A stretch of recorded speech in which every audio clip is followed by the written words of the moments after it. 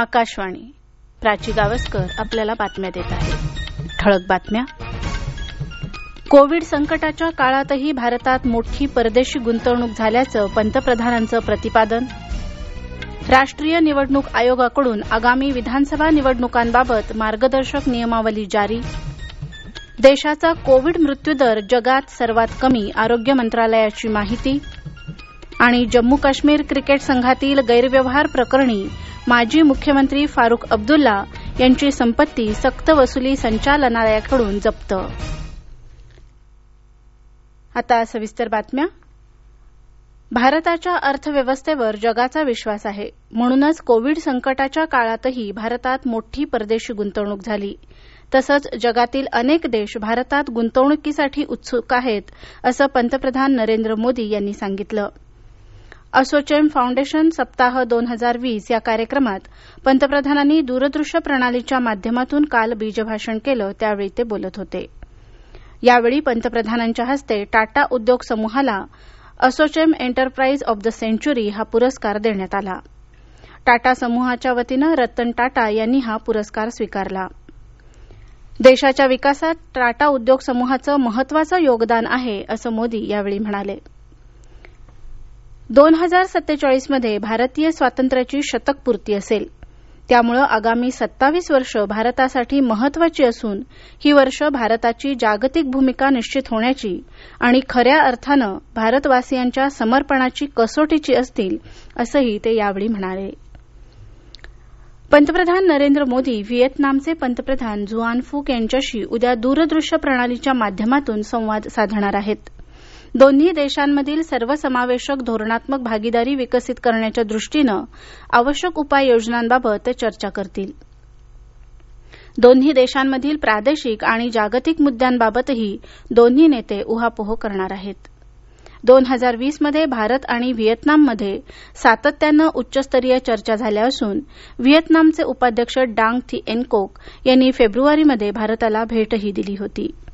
तर 13 एप्रिल रोजी दोन्ही देशांच्या पंतप्रधानांनी दूरध्वनीवरून चर्चा केली होती. त्याशिवाय दोन्ही देशांचे परराष्ट्र व्यवहार मंत्री, संरक्षण मंत्रीही आगामी काळात परस्पर संवाद साधणार आहेत.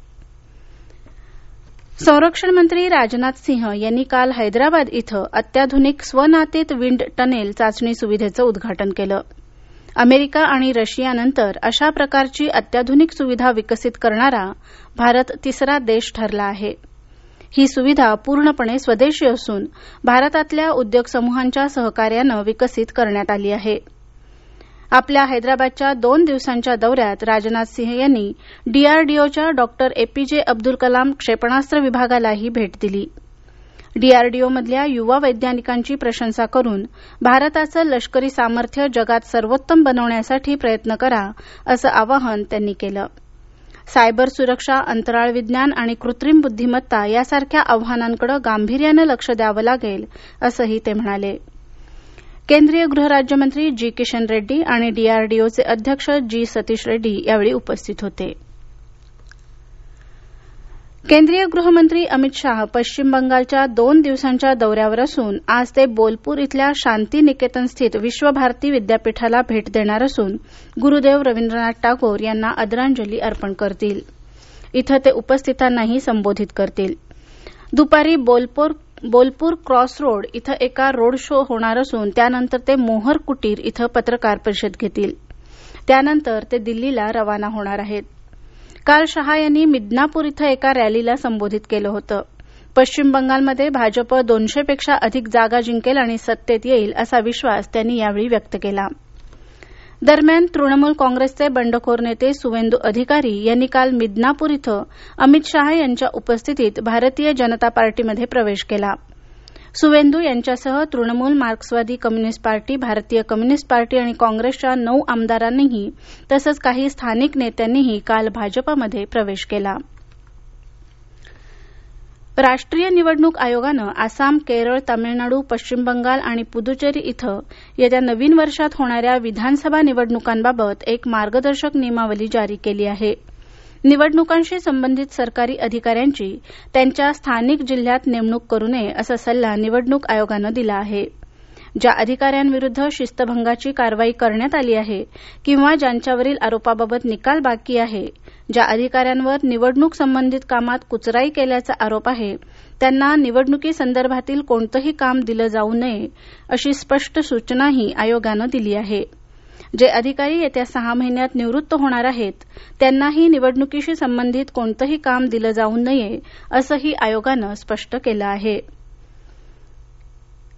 केंद्रीय आरोग्यमंत्री हर्ष वर्धन यांनी काल कोविड-19 बाबत नवी दिल्लीत दूरदृश्य प्रणालीच्या माध्यमातून उच्चस्तरीय मंत्रिगटाची बैठक घेतली. देशात कोरोनाचा संसर्ग होण्याचा दर कमी होऊन 2% आला असून मृत्यूदर जगात सर्वात कमी म्हणजे 1.45% झाला असून रुग्ण बरे होण्याचा दर आता 95.46% झाला आहे अशी माहिती हर्ष वर्धन यांनी यावेळी दिली. 10 लाख लोकांमागे संसर्गाचा दर आता केवळ 6.25% आहे. ऑक्टोबर-नोव्हेंबर या सणासुदीच्या काळातही संसर्गाचं प्रमाण कमी राहिलं आहे असंही त्यांनी सांगितलं. सर्वसमावेशक सर्वेक्षण, मागोवा आणि उपचार यामुळे संसर्गावर नियंत्रण ठेवणं शक्य झाल्याचं त्यांनी यावेळी नमूद केलं. पहिल्या टप्प्यात 30 कोटी लोकांना लस देण्याचं नियोजन असल्याचंही त्यांनी यावेळी सांगितलं. सध्या देशात 6 लसींच्या चाचण्या सुरू असल्याचं नीती आयोगाचे सदस्य डॉक्टर विनोद पाल यांनी यावेळी एका सविस्तर सादरीकरणादरम्यान सांगितलं. 12 अन्य देशांकडूनही लस घेण्याबाबत सरकार चर्चा करत असल्याचं ते म्हणाले. तपासणी हा घटक मृत्यूदर कमी करण्यातला महत्वाचा घटक असल्याचं यावेळी आरोग्य सचिव राजेश भूषण यांनी सांगितलं. दरम्यान देशातील 33 राज्य आणि केंद्रशासित प्रदेशांमध्ये कोरोनाची बाधा झालेल्या रुग्णांची संख्या 20,000पेक्षा कमी असल्याचं आरोग्य मंत्रालयानं आज सकाळी केलेल्या ट्विटर संदेशात म्हटलं आहे. महाराष्ट्र आणि केरळ यांची मिळून एकूण रुग्णसंख्येच्या 40% असल्याचंही आरोग्य मंत्रालयानं म्हटलं आहे. नियंत्रक संस्थांनी सुरक्षितता आणि गुणवत्ता या निकषांवर कोविड-19 वरील लशींना मान्यता दिल्यानंतरच देशात या लशी उपलब्ध करून देण्यात येतील असं केंद्र सरकारनं स्पष्ट केलं आहे. आरोग्य मंत्रालयानं कोविड लशीबाबत सातत्यानं विचारण्यात येणाऱ्या प्रश्नांना उत्तर देताना हे स्पष्ट केलं आहे. देशात कोविड-19च्या लशीकरणाचं वेळापत्रक ठरवण्यात आलं असून त्यावेळी एकच लस वापरण्यात येणार आहे. वेगवेगळ्या लशी एकाच वेळी वापरल्या जाणार नाहीत असंही आरोग्य मंत्रालयानं स्पष्ट केलं आहे. हे राष्ट्रीय बातमीपत्र आपण आकाशवाणीच्या पुणे केंद्रावरून ऐकत आहात. या बातम्या आपण न्यूज ऑन AIR या ऍपवर देखील ऐकू शकता. ताज्या अपडेट्ससाठी आपण आम्हाला फॉलो करू शकता. आमचं Twitter handle @AIRNewsPune, Facebook page All India Radio News Pune आणि Marathi news Pune All India Radio या आमच्या युट्यूब चॅनलवर. जम्मू आणि काश्मीर इथं झालेल्या जिल्हा विकास परिषदेच्या निवडणुकीचा 8वा आणि शेवटचा टप्पा काल शांततेत पार पडला. या टप्प्यात एकंदर 50.98% मतदान झालं असं राज्याचे निवडणूक अधिकारी के शर्मा यांनी काल झालेल्या पत्रकार परिषदेत सांगितलं. एकूण 168 उमेदवारांचं भविष्य मतदान पेटीत बंद झालं आहे. 22 डिसेंबरला मतमोजणी होणार असून त्यानंतर निकाल जाहीर होईल असंही त्यांनी सांगितलं.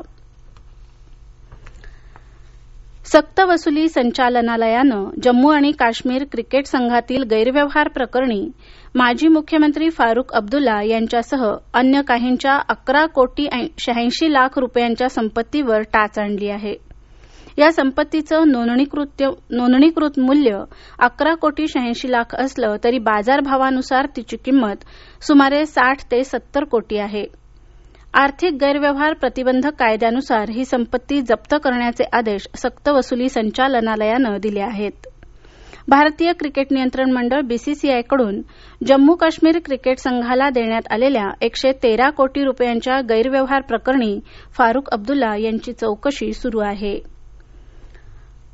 अर्जेंटिनाचा प्रसिद्ध फुटबॉलपटू लिओनेल मेस्सी यानं वेलेन्सियाविरुद्ध बार्सिलोनासाठी गोल करून एका क्लबसाठी 643 गोल करण्याच्या ब्राझीलचे प्रसिद्ध खेळाडू पेले यांच्या विक्रमाची बरोबरी केली आहे.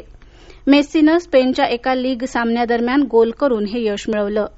दोन्ही संघांचे प्रत्येकी 2 गोल होऊन हा सामना बरोबरीत सुटला.